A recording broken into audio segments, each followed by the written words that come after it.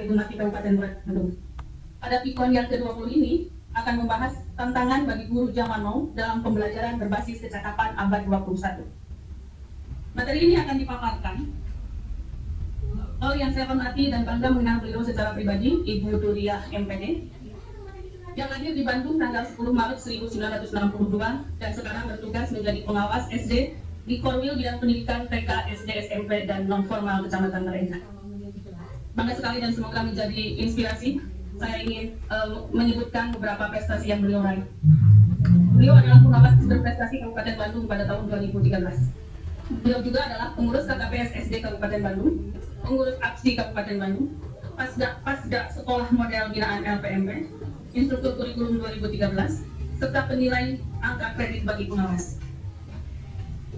Partisipan yang saya hormati, pada acara pokok pemaparan materi mengenai tantangan guru zaman now pada pembelajaran abad 21 ini, untuk itu, agar tidak memboroskan waktu, agar waktu lebih efektif, maka room meeting dan waktu saya persilakan untuk digunakan semaksimal mungkin kepada Ibu Duria MPD sebagai narasumber. Dipersilakan Ibu. Terima kasih. Terima kasih kepada operator yang telah memberikan kesempatan kepada saya untuk menyampaikan materi pada kesempatan ini dengan judul tantangan bagi guru zaman now dalam pembelajaran berbasis kecakapan abad 21. Sebelumnya saya ingin mengucapkan salam kepada guru-guru hebat di Kabupaten Bandung, khususnya di KKG Gumati ini. Assalamualaikum warahmatullahi wabarakatuh.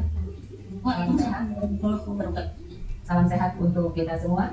Semoga kita selalu ada dalam lindungan Allah Subhanahu wa Ta'ala. Alhamdulillah, pada kesempatan ini saya bisa bergabung dengan KKG Gumati Kabupaten Bandung, di mana KKG Gumati ini merupakan KKG yang kami cintai, KKG yang kami banggakan, karena baru pada tahun ini kita memiliki KKG yang sifatnya online. Baik, Ibu Bapak guru hebat yang saya cintai, untuk memulai materi ini, dari judul yang tadi, kenapa saya memberikan judul yang tadi? Kalau dilihat dari judulnya sangat wow sekali ya. Padahal kenyataannya bagi guru-guru hebat di Kabupaten Bandung ini bukan apa-apanya. Apa yang melatar belakangi judul yang tadi? Latar belakangnya ada 3. Pertama, saya mengambil dari Permendiknas nomor 16 tahun 2007. Dan ini merupakan Permendiknas yang tidak asing bagi guru-guru yang ada di kita, terutama di KKG Gumati ini. Permen ini tentang kualifikasi dan kompetensi guru. Yang kedua, ini surat edaran nomor 14 tahun 2019. Kenapa saya mengambil surat edaran ini? Karena surat edaran ini sedang hot-hotnya diperbincangkan oleh guru-guru, bukan hanya di kita saja, tapi guru secara nasional sedang membahas surat edaran ini. Sudah tahu kan semuanya surat edaran tentang apa ini? Tentang penyederhanaan RPP. Adapun yang ketiga yaitu Permendikbud nomor 43 tahun 2019. Ini nampaknya sudah lewat dari kita karena Permendikbud ini berbicara tentang penyelenggaraan ujian nasional dan ujian satuan pendidikan. Baik Ibu dan Bapak, kita lihat tentang kompetensi guru. Kenapa saya berbicara tentang kompetensi guru? Bagi Ibu dan Bapak ini pun sudah tidak asing lagi. Tapi yang saya inginkan, yang saya tekankan pada kesempatan ini, kompetensi guru ini bukan hanya sebagai aksesoris, bukan sekadar untuk dipahami untuk tahun-tahun terakhir, tapi kompetensi guru ini harus menjadi bagian dari hidup Ibu dan Bapak, bagian dari profesi Ibu dan Bapak. Kompetensi guru ini harus terinternalisasi dalam diri Ibu dan Bapak. Jika ditanya kompetensi guru, pasti semuanya juga sudah paham. Kompetensi guru itu ada 4. Yang pertama pedagogi, yang kedua kepribadian, yang ketiga sosial, dan yang keempat profesional. Pasti semuanya sudah paham. Di luar kepala malah kalau ditanya, pasti semua bisa menjawab. Mari kita lihat salah satu contoh saja dari kompetensi pedagogi. Kompetensi pedagogi kalau diturunkan nanti akan menjadi sub-kompetensi. Kita lihat salah satu contoh sub-kompetensinya, yaitu menguasai karakteristik peserta didik. Ibu dan Bapak masih ingat dengan PKG? Yaitu penilaian kinerja guru. Penilaian kinerja guru itu kan diambil dari kompetensi guru yang 4 kompetensi itu. Nanti diturunkan menjadi 14 kompetensi. Untuk kompetensi pedagogik ada 7, kepribadian ada 3, sosial 2, profesional 2. Jadi kalau dijumlahkan ada 14 kompetensi dengan nilai maksimal 4. Sehingga kalau guru tersebut ketika dilaksanakan PKG nilai maksimalnya jadi 56. Nah, untuk mendapatkan nilai 56 itu tidak serta-merta. Kalau untuk katakan nilai mungkin saja bisa, tapi untuk internalisasi apa yang ada di setiap kompetensi mungkin tidak bisa dilihat. Karena sebetulnya memang di PKG itu berbasis produk atau berbasis kinerja, berbasis dokumen. Ketika penilaian kinerja guru itu harus ada dokumen-dokumen yang dimiliki oleh guru. Baru nanti atasan langsung ibu dan bapak bisa menuangkan, bisa mengukur berapa nilai yang bisa dicapai oleh ibu.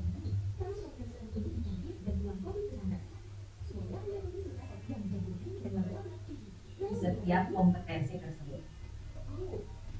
Kita lihat contoh dari subkompetensi pedagogik.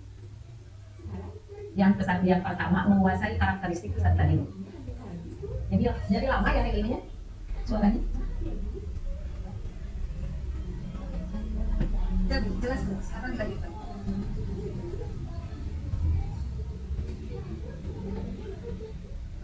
memahami karakteristik peserta didik usia sekolah dasar yang berkaitan dengan aspek fisik, intelektual, sosial, emosional, moral, spiritual, dan latar belakang sosial budaya.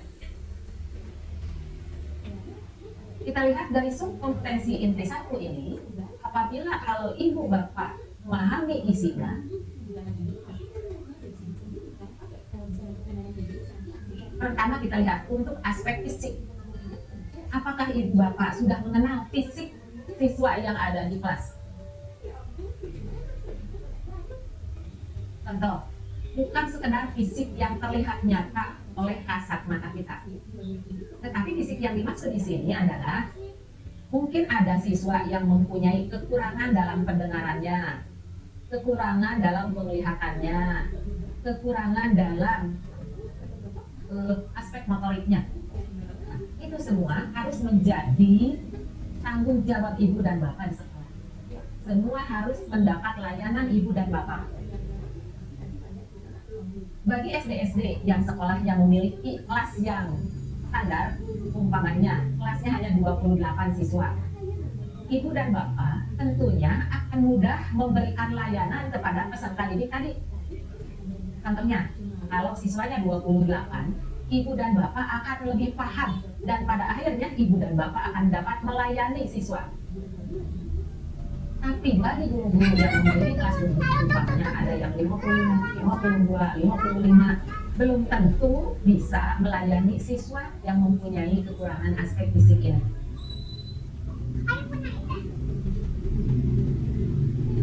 Silakan ibu dan bapak bertanya kepada diri ibu dan bapak. Di kelas ibu dan bapak berapa jumlah siswanya? Pertanyaan yang kedua, apakah ibu dan bapak sudah memberikan layanan yang maksimal untuk setiap peserta didik ibu dan bapak? Anda lihat, untuk kompetensi 1 itu, guru harus menguasai karakteristik peserta didik. Jadi harus dikuasai karakternya. Karakter apa saja yang ada di kelas ibu dan bapak. Sementara ini masih ada guru-guru yang tidak menguasai karakteristik peserta didiknya. Jadi dalam pelayanan di kelas itu standar saja, sama saja. Dia tidak melihat apakah ada yang memiliki kekurangan atau tidak. Selanjutnya kita lihat intelektual. Intelektual juga tentunya karakteristiknya berbeda-beda. Kalau di SD-SD tertentu ada sekolah yang biasanya di awal tahun pembelajarannya itu mengetes intelektualnya. Tapi bagi sekolah-sekolah yang lain tidak ada pengetesan tersebut. Tapi bagi guru-guru yang hebat di kakak didik materi ini, tentunya akan lebih intelektual siswa yang ada di kelasnya.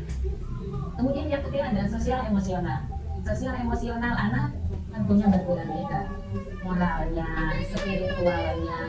Untuk sosial emosional moral, spiritual dalam kurikulum 2013 ini sudah tersurat di dalam kompetensi. Ada KI 1, KI 2, KI 3, KI 4. Di mana KI 1 dan KI 2 itu untuk mewadahi tentang sosial emosional, sosial dan spiritual. Yang terakhir yaitu latar belakang sosial budaya. Latar belakang sosial budaya setiap anak berbeda-beda. Nah, ini semua yang saya paparkan tadi itu harus dikuasai oleh guru. Semoga guru-guru yang ada di rumah ini sudah lebih paham untuk menguasai karakteristik peserta didik. Dan semoga ibu dan bapak yang ada di KKD ini menularkan ilmunya atau dapat memberi pencerahan kepada teman-temannya. Untuk 1.2, mengidentifikasi potensi peserta didik usia sekolah dasar dalam 5 mata pelajaran. Kenapa 5 mata pelajaran? Maksudnya ada mata pelajaran tertentu yang memiliki satu bahasan. IPA, matematika, biasanya kan seperti itu. Ada bahasa, kemudian ada seni, ada PAI ya, apa itu teh? Pendidikan agama dan budi pekerti, itu satu rumpun. Jadi kalau dirumputkan ada 5 mata pelajaran itu. Di awal tahun biasanya kita harus mengidentifikasi bagusnya di mana, siswa ini mempunyai kelebihan di mana. Jika dilihat anak ini mempunyai kelebihan di seni, seninya itu yang harus kita gali. Contoh di hari Senin kalau tidak salah ya, Ibu Nainu memberikan materi tentang SBDP. Materi SBDP jika disampaikan oleh guru yang menguasai kompetensinya tentang materi pelajaran tersebut, ternyata sangat menarik. SBDP bukan sekedar menggambar. Sehingga kalau menggambar kita waktu kecil dulu ya, gambar burung di atasnya ada matahari kan gitu ya. Nah, ternyata SBDP jika dikelola oleh guru yang memahami materi tersebut menjadi menarik sekali, sangat menarik sekali. Yang ketiga, mengidentifikasi kemampuan awal peserta didik usia sekolah dasar dalam 5 mata pelajaran. Kemudian yang keempat, mengidentifikasi kesulitan peserta belajar usia sekolah dasar dalam 5 mata pelajaran. 1, 2, 1, 3, 1, 4 ini berkaitan. Dan mungkin untuk komponen yang 1, 4 kemarin oleh materinya dari Pak Heruman sudah disampaikan. Dan mohon maaf, kemarin tidak bisa sampai selesai karena ada gangguan di jaringan. Ketika saya keluar, saya tidak bisa masuk lagi karena pesertanya sudah banyak. Ibu bapak guru hebat yang saya cintai, itu salah satu contoh dari kompetensi pedagogi baris 1 saja. Belum kalau 7 berapa jam yang kita perlukan. Jadi nanti mungkin suatu saat bila ibu bapak ingin mengetahui apa isi kompetensi guru, mungkin nanti ada materi khusus bedah kompetensi guru. Ini hanya satu contoh saja. Nah, berdasarkan hal yang tadi, maka bagi guru-guru yang hebat ini ada 6 tantangan. Tantangannya sebetulnya banyak. Ini minimal hanya 6 tantangan saja. Tantangan yang pertama yaitu ibu dan bapak guru harus memahami teknologi. Saya yakin dan percaya untuk ibu dan bapak yang sudah masuk di Umati ini tentunya sudah memahami teknologi. Tapi bagi guru-guru yang lain mungkin saja ada guru yang belum paham tentang teknologi. Tidak dapat dimungkiri bahwa di zaman sekarang ini perkembangan serta kemajuan teknologi sangat pesat. Saat ini pengguna teknologi hanya dimanfaatkan oleh orang dewasa, namun pengguna teknologi gadget atau dia dengan HP ya, sudah dikuasai. Para milenial ini pelajar SD sudah oleh perkembangan teknologi, terutama di kawasan perkotaan, yang notabene perkembangan teknologinya berkembang pesat tanpa batas. Jika ibu bapak melihat tayangan gambar di sini, melihat di situ ada gambar-gambar, ada anak-anak yang sedang memegang gadgetnya. Jadi pada saat ini kita tidak mungkin menolak gadget. Coba kalau ibu bapak ke anak-anak, anak HP-nya dirampas umpamanya, pasti nanti ada efek yang lain. Pasti ada anak yang bertanya, kenapa HP saya diambil? Nah, coba apa alasan ibu bapak? Karena sekarang zamannya. Jadi kita tidak bisa menolak kehadiran gadget. Kita lihat ini ada hasil survei. Berdasarkan hasil survei Polling Indonesia pada tahun 2018, berdasarkan tingkat umur, tercatat masyarakat Indonesia umur 10 sampai 14 tahun teridentifikasi menggunakan internet sebanyak 66,2%. Dan umur 5 sampai 9 tahun berada di angka 25,22%. Ini membuktikan bahwa penggunaan internet rentan untuk umur pelajar SD cukup tinggi. Dengan mewabahnya teknologi gadget di kalangan siswa sekolah dasar, tentunya akan berdampak buruk bagi perkembangan otak anak. Lebih-lebih tanpa pengawasan dan tanpa pendampingan kedua orang tuanya. Ibu dan Bapak, lihat lagi. Di sana anak-anak sedang mengangkat gadget. Apa itu tandanya? Bahwa betul, di sekolah tersebut gadget tidak dilarang. Yang dilarang apanya mungkin? Kalau di sekolah ibu bapak, yang dilarang apanya? Mungkin yang dilarang penggunaannya. Oleh karena itu, pada kesempatan ini, saya memberi tantangan kepada ibu dan bapak. Apa tantangannya? Tantangannya adalah, apakah ibu bapak memiliki kemampuan untuk memahami siswanya? Terlebih jika siswa yang bersangkutan sudah tergantung dengan teknologi, bisa tidak ibu memahami? Kalau seperti ini, tugas ibu dan bapak adalah memahami dan mendampingi siswa. Jika siswa-siswa ibu dan bapak sudah terbiasa, atau tadi ada kata terpapar, seperti corona saja ya, terpapar oleh gadget, maka ibu dan bapak mempunyai tanggung jawab untuk meluruskan agar jangan sampai anak-anak memegang gadget, tetapi gadget tersebut tidak dipergunakan untuk hal-hal yang baik. Mungkin saja ibu dan bapak bisa menyuruh anak tersebut, umpamanya dalam pembelajaran bahasa Inggris, bisa dibuka di sana, ada Duolingo itu di sana. Jadi ada 2 bahasa di sana. Atau untuk pembelajaran yang lain. Kalau dulu zaman kita untuk tetap kita membawa kompas, anak diajarkan ke sana, dibawa oleh kita ke sini gitu, untuk menunjuk arah utara dan selatan. Sekarang kalau anak sudah punya gadget, nah apalagi gadgetnya yang bagus, yang smart gitu, anak sudah tidak susah lagi karena semua sudah ada aplikasinya. Jadi tugas ibu dan bapak sekarang dalam pemahaman teknologi ini, ibu dan bapak diharapkan memiliki kemampuan guru dalam memahami siswa. Siswa yang mana? Siswa yang sudah kecanduan atau sudah kebergantungan terhadap teknologi.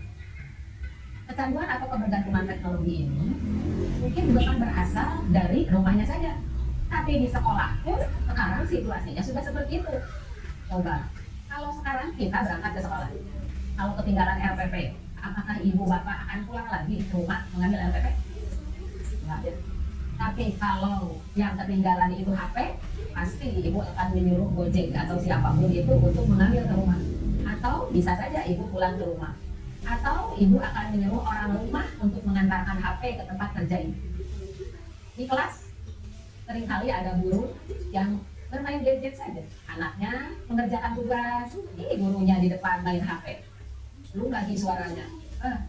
Jadi jangan salahkan anak-anak sekarang. Di rumah orang tuanya bermain gadget, di sekolah juga masih ada sebagian kecil yang bermain gadget dilihat oleh anak-anak. Jadi sekali lagi, tugas ibu dan bapak harus memahami siswa, pahami siswa, gali potensi siswa melalui gadgetnya masing-masing.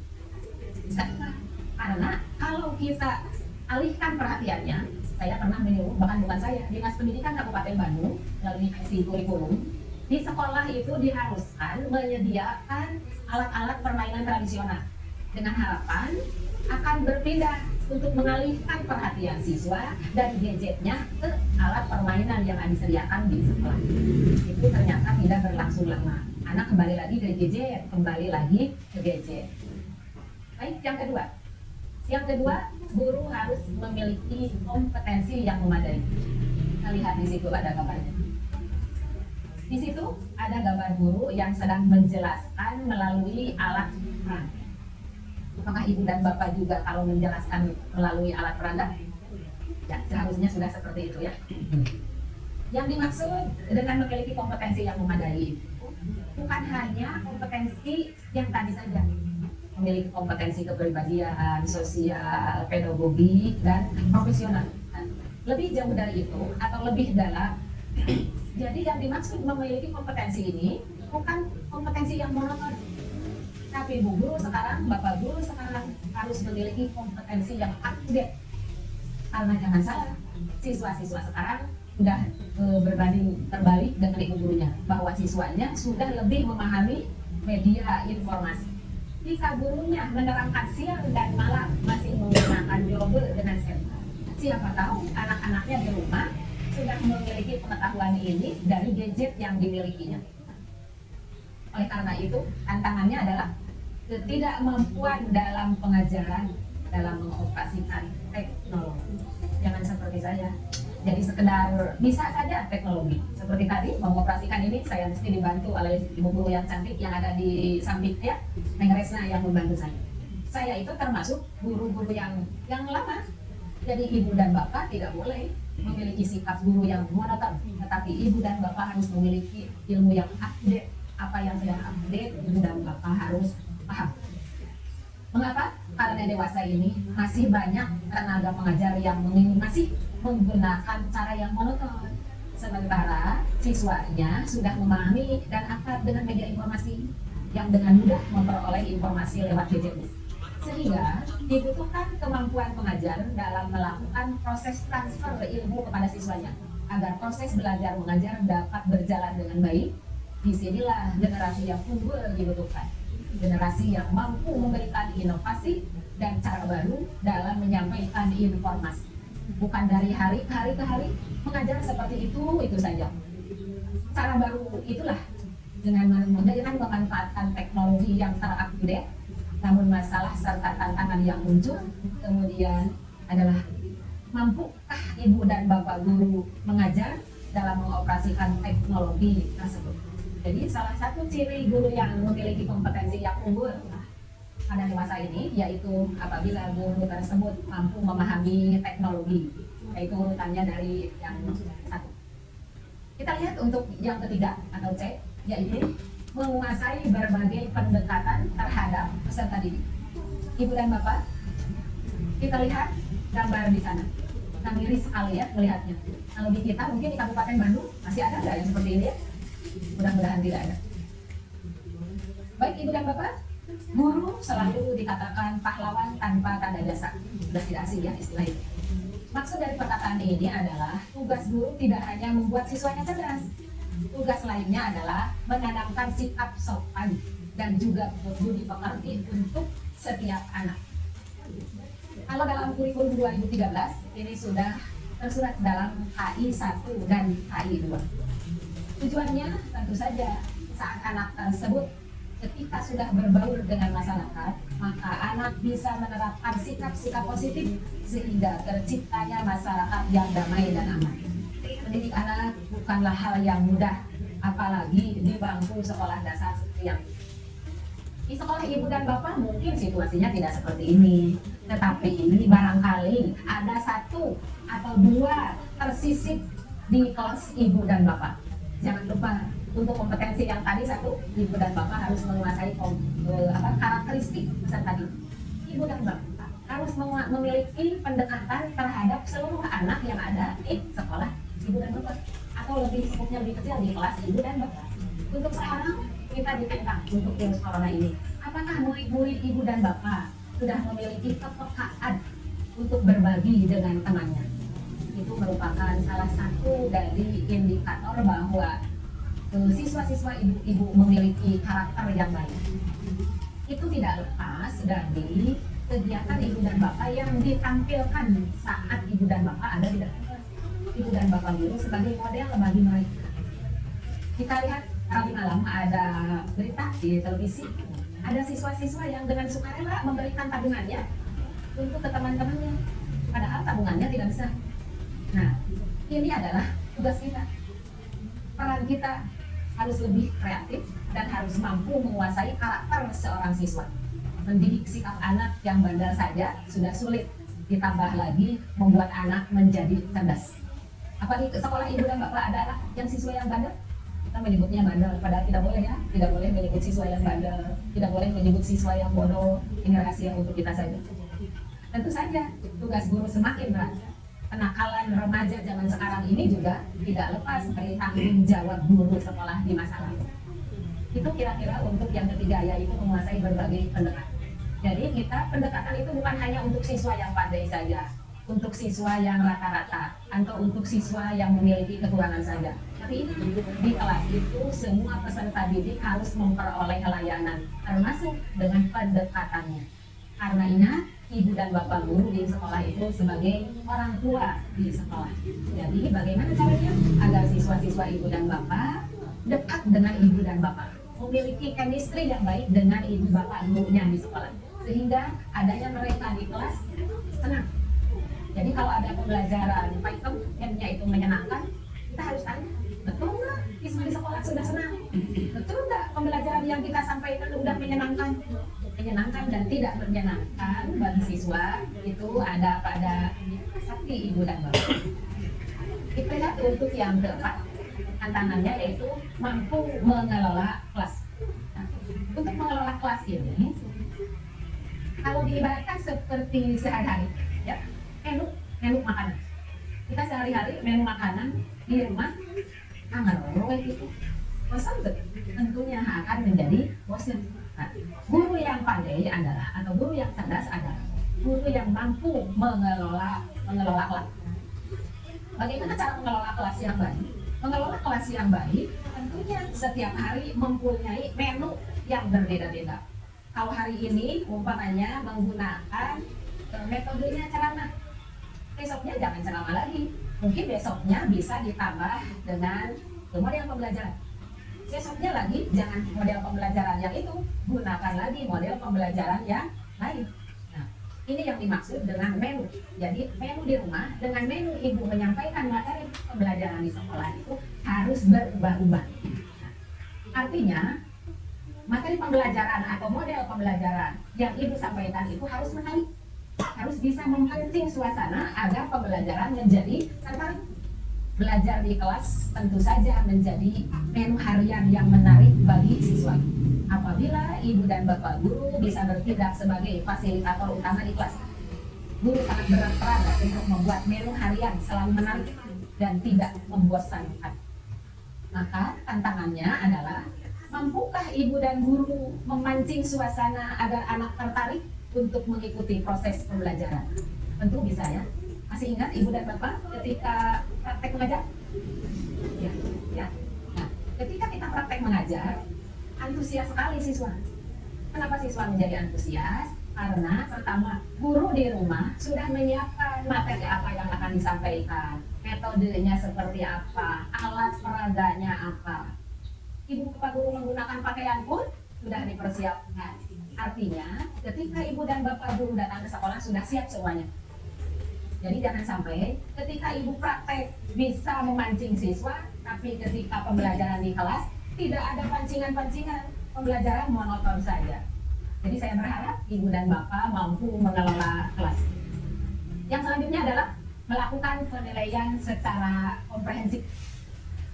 Penilaian yang komprehensif di sini artinya ketika ibu melakukan penilaian bukan hanya kognitifnya saja, bukan hanya keterampilannya saja, tapi KI 1, KI 2, KI 3, KI 4 itu harus memperoleh penilaian yang komprehensif, memiliki proporsi yang sama. KI 1 juga dinilai dengan catatan jurnal KI 1, KI 2. Jadi jangan sampai ada hari-hari tertentu ibu dan bapak guru lupa belum membuat jurnal KI 1, KI 2. Ada juga guru yang menyatakan itu ada aplikasi, nilai itu nanti akan muncul. Jangan. Kemudian untuk KI 3-nya di pengetahuan, jangan sampai ketika evaluasi itu atau ketika melakukan penilaian langsung saja muncul soal. Padahal ada step-step yang harus dilalui. Di antaranya mulai dari ibu dan bapak kepahamian, menyusun kisi-kisi, menyusun soal yang di dalamnya ada kartu soal. Setelah kartu soal muncul, nanti ada tahap yang ketiga. Ditelaah dulu, setelah ditelaah baru nanti direvisi, kemudian baru ada muncul instrumen soal. Kemudian ada juga yang ketika melakukan penilaian jarang sekali melalui tahap-tahap seperti tadi langsung aja soal muncul. Nah, itu yang tidak diharapkan. Kemudian untuk K4 keterampilan, yaitu bisa dengan portofolio, proyek, produk, dan lain sebagainya. Untuk portofolio itu tempo hari saya materinya dari Nengis itu waktu di Cokok ya, di Hotel Cokok tadi sudah jadi dengan Nengis itu materi tentang portofolio. Jadi sebetulnya portofolio itu tidak semudah yang kita lihat ya, yang sudah kita laksanakan. Ternyata penyusunan portofolio itu juga ada kaidah-kaidah. Jadi sekali lagi dalam penilaian ini, Ibu dan Bapak harus komprehensif menilainya, bukan menilai hanya satu kompetensi saja. Yang terakhir di sini ada tantangannya, yaitu melakukan evaluasi belajar. Evaluasi belajar tidak lepas dari penilaian tadi.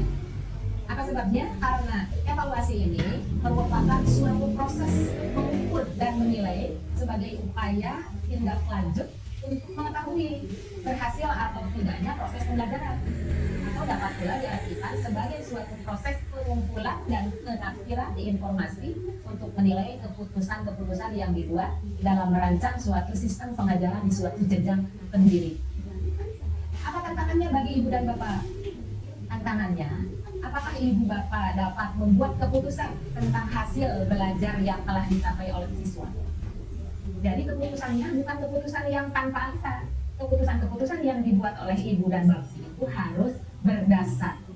Kan kita biasanya ada penilaian. Sebelum penilaian kita juga biasa memberikan tes atau mengukur. Jadi biasanya sudah mengukur penilaian, kemudian baru evaluasi. Jadi sekali lagi, evaluasi belajar ini kegiatan mengumpulkan nilai sesuai ukuran penilaian. Ibu dan Bapak, itu kira-kira 6 tantangan bagi Ibu dan Bapak guru yang hebat ini untuk pembelajaran berbasis abad 21. Sebelum ke pembelajaran berbasis abad 21, ini ada materi yang ketiga, yaitu tentang Surat Edaran nomor 14 tahun 2019 tentang penyederhanaan. Kalau ada Ibu dan Bapak yang sudah jalan ini, tolong di cek ya. Sana, pertama adalah penyusunan efektif dan berorientasi pada siswa. Yang kedua, komponen RPP yang tertuang dalam Permendikbud nomor 22 tahun 2016 ada 13 komponen. Kemudian di surat edaran, komponennya hanya ada 3 yang disebut dengan komponen inti, yaitu terdiri dari tujuan pembelajaran, langkah-langkah pembelajaran, yang ketiga ada penilaian pembelajaran. Kemudian di bawahnya ada keterangan sekolah, kelompok kerja guru mata pelajaran tentang KG.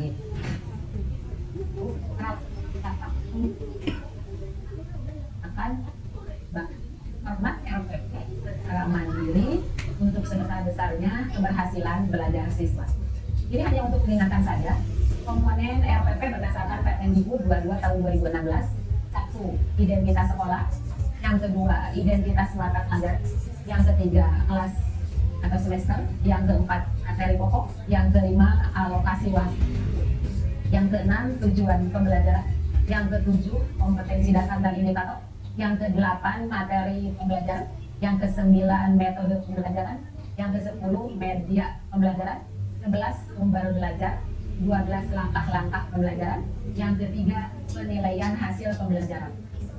3 yang disebut dengan kompetensi inti dalam surat edaran sudah saya beri warna. Jadi yang lainnya itu sebagai pelengkap. Jadi sekarang yang pokok hanya ada 3, tujuan pembelajaran, langkah-langkah pembelajaran, dan penilaian hasil pembelajaran. Ini RPP berdasarkan surat edaran. Tujuan, langkah, dan penilaian. Ini disebut kompetensi inti yang wajib. Sekali lagi, yang lainnya dijadikan sebagai pelengkap. Kita masuk ke kecakapan abad 2. Di kecakapan abad 21, karena kita ketahui bersama bahwa ada 4 kecakapan yang harus dimiliki. Pertama ada critical thinking atau berpikir kritis. Yang kedua communication atau komunikasi. Yang ketiga collaboration atau kolaborasi. Yang keempat ada kreatif atau kreatif. Keempat kecakapan ini tidak mungkin bisa diraih seperti memberikan tangan tanpa melalui hal-hal yang tadi atau tantangan-tantangan tadi.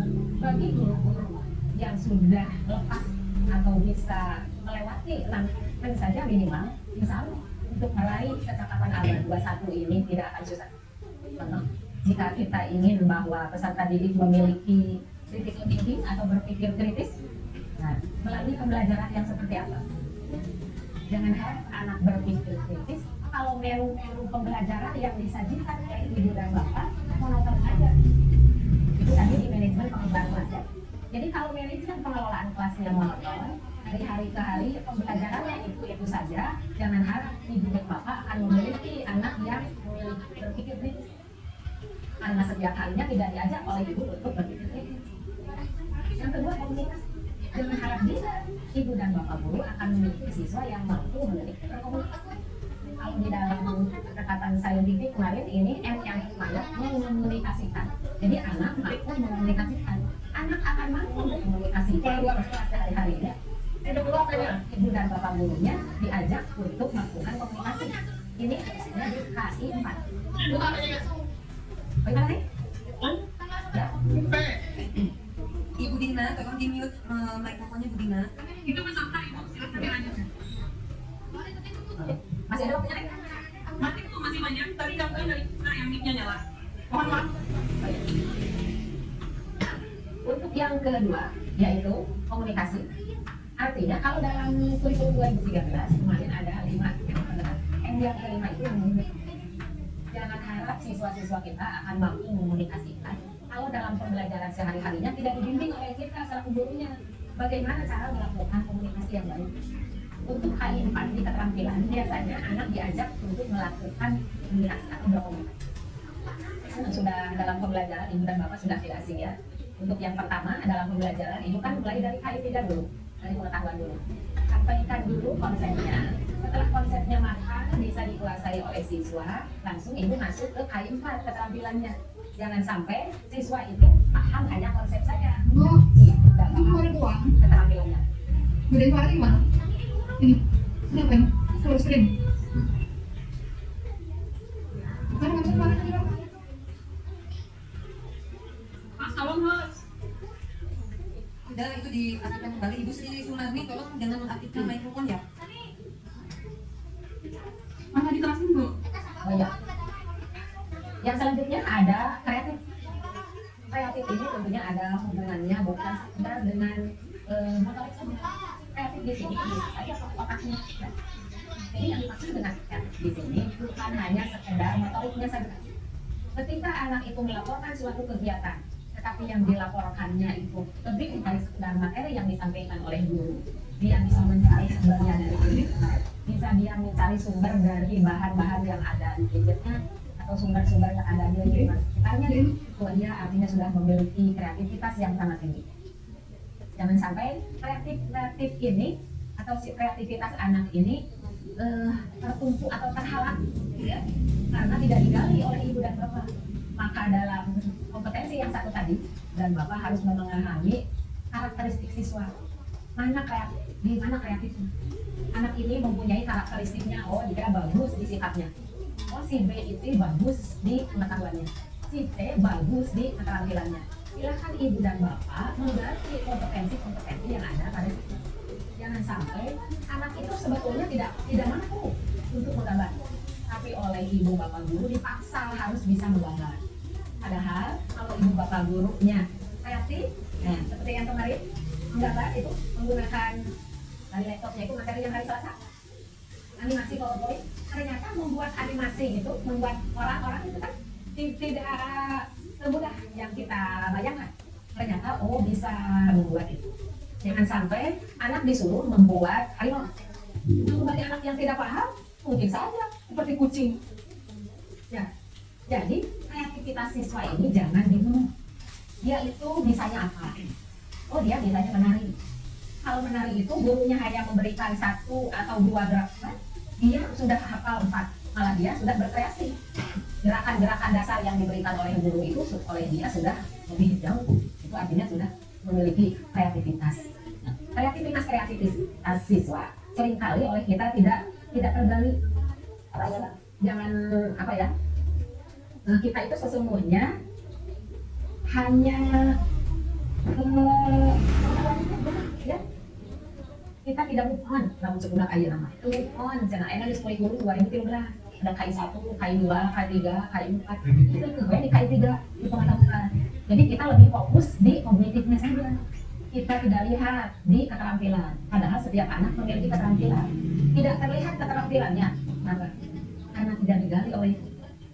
Saya baru 3 kali masuk KKB ini. Saya mengapresiasi yang pertama. Untuk yang pertama itu hari apa ya? Yang SBDP itu. Ternyata anak itu bisa berkreasi dari bahan-bahan yang sudah tidak terpakai. Reuse, recycle. Kita seringkali bingung, tahu cina pelajaran SBDP. Ternyata kalau digali, pembelajaran SBDP itu menyenangkan. Ya, anak-anak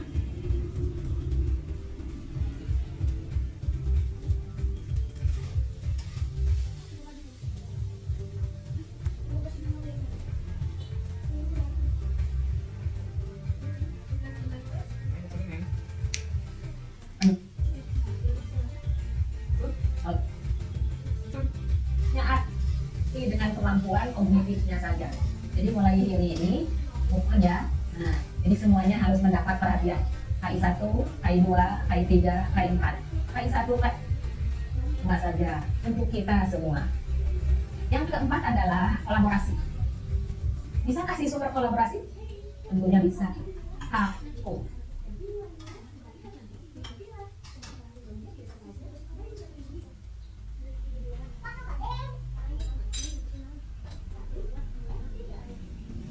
Dengan teman-temannya. Jadi berpikir kritis, komunikasi, kreatif yang diamanatkan oleh K13 ini bukan hanya sekedar label saja, label di RPP, tetapi ini harus menjadi bagian, harus menjadi tugas ibu dan bapak. Bagaimana caranya agar siswa kita memiliki keterampilan? Bagaimana caranya agar pengetahuannya menjadi lebih bagus, lebih hot? Kan sekarang harus hot. Jadi yang hot itu high order.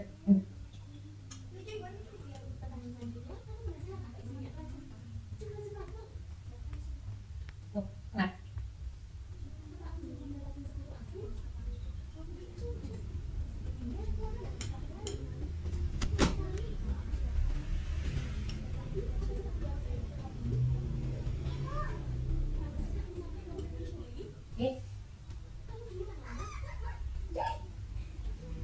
ibu bapak guru yang hebat itu kira-kira tentang apa-apaan.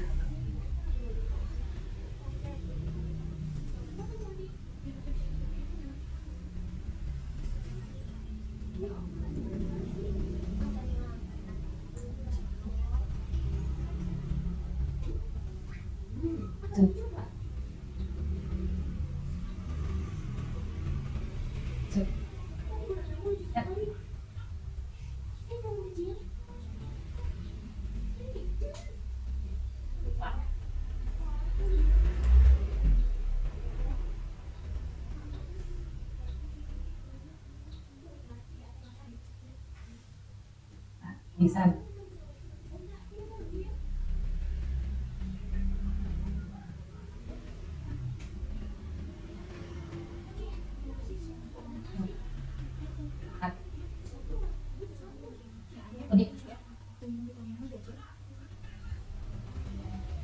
yang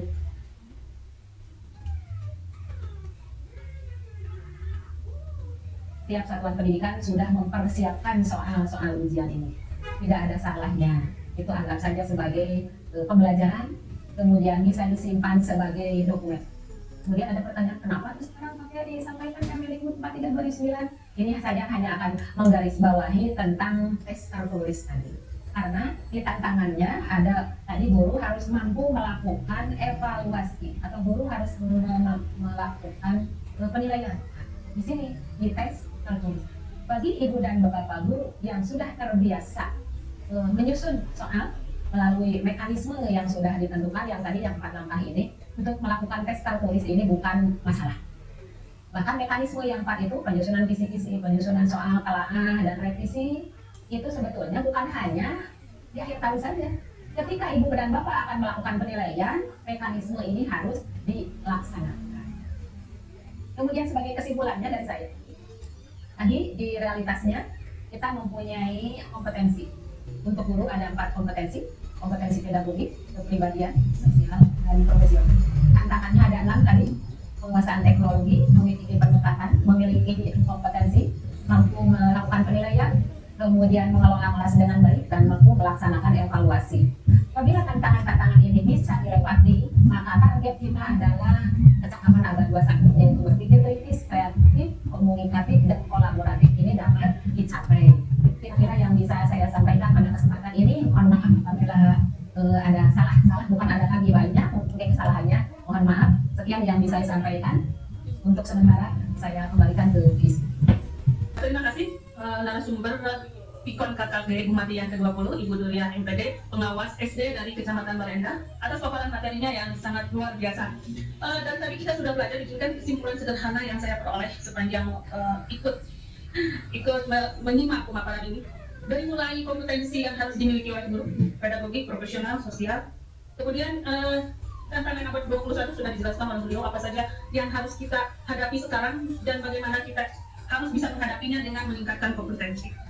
Tampaknya yang akan saya tambahkan, takut menyalahi interpretasi Bapak Ibu terhadap materi yang sudah sangat jelas. Atas nama pribadi sebagai moderator, saya mohon maaf jika ada kesalahan dan kekurangan dalam memandu acara ini. Terima kasih dan penghargaan yang sebesar-besarnya kepada Ibu Pengawas, khususnya narasumber, dan Bapak Ibu Pengawas yang juga bergabung di room meeting sebagai partisipan. Mohon maaf jika ada salah kata dari kami. Sekian, wassalamualaikum warahmatullahi wabarakatuh.